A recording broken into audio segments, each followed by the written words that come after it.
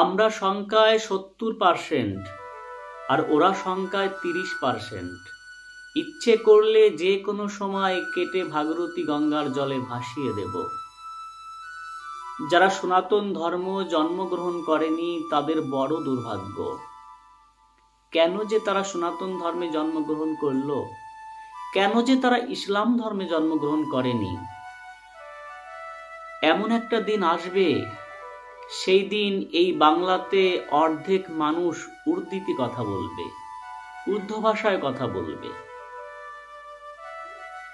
যদি তিনার কৃপা হয়, রহম হয়, তারা একদিন সংখ্যা গরিষ্ঠ হবে। এই যে ধর্মের বিভাজন করে অন্য সম্প্রদায়ের মানুষকে টার্গেট করে এই কথাগুলো বলা, বাস্তবিক পক্ষে এই কথাগুলো আমার মুখে বলা উচিত না, তবুও বলছি। কেন বলছি জানেন? বিশেষ করে এই বাংলার সনাতনীরা, এই বাংলার হিন্দুরা একটু খেতে ভালোবাসে, ঘুমাতে ভালোবাসে। এরা আহার নিদ্রা মৈথুন ভয় এ ব্যথিত আর কিছুই বোঝে না, জানে না। তাই কথাগুলো আজ আমাকে বলতে হচ্ছে। কে বলেছেন? মুর্শিদাবাদের থেকে একজন এমএলএ বলেছেন, সংখ্যায় তারা 70% আর আমরা 30%। ইচ্ছে করলে যে কোনো সময় ভাগীরথীর জলে ভাসিয়ে দিতে পারে। এরকম কথা যদি একটা সম্প্রদায়কে বলে, তখন সেই সম্প্রদায়ের মানুষগুলো এর কোনো প্রতিবাদ করে না। এই যে ধর্মে ধর্মে বিভাজন বা দাঙ্গা বাঁধাচ্ছে, এর বিরুদ্ধে কোনো সরকারি স্টেটমেন্ট নেয় না। যারা মুসলিম ধর্মে জন্মগ্রহণ করেনি তাদের বড় দুর্ভাগ্য। কথাটা কে বলেছেন? কলকাতার প্রথম নাগরিক জনাব ফিরহাদ হাকিম বলেছেন, ববি হাকিম বলেছেন। আমাদের দুর্ভাগ্য সত্যি, কেন যে আমরা ইসলাম ধর্মে জন্মগ্রহণ করিনি। তাকে আমি একটা কথা বলবো, সেই কথাটি হলো,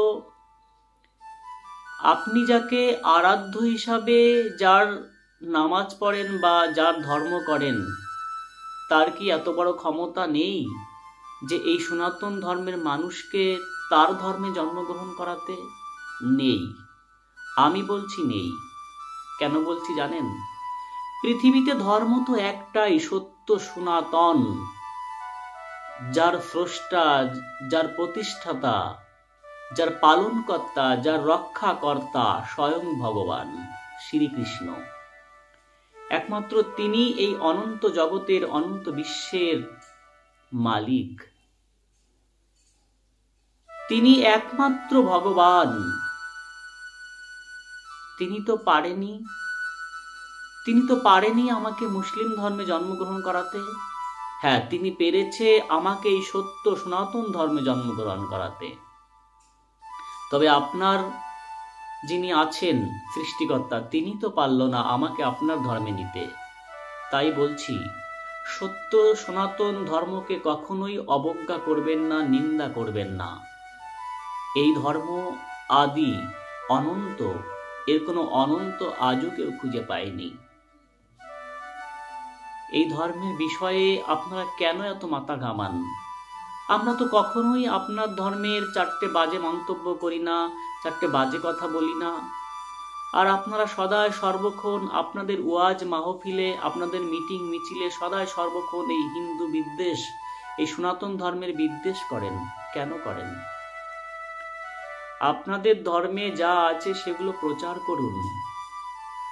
যদি কোনো মানুষ আপনাদের যে মূল শাস্ত্র আছে কোরআন, সেই কোরআন নিয়ে যদি সদায় সর্বক্ষণ সঠিক কথা বলে, তার মধ্যেও মনুষ্যত্ব জেগে যাবে। কিন্তু আপনারা যথাযোগ্য কোরআন পাঠ করেন কিনা সেটা সন্দেহ আছে। আপনাদের কাছে দৃষ্টি আকর্ষণ করে বলবো, অবশ্যই কোনো ধর্মের নিন্দা করবেন না। ধর্মে কেন এত বিভাজন করছেন?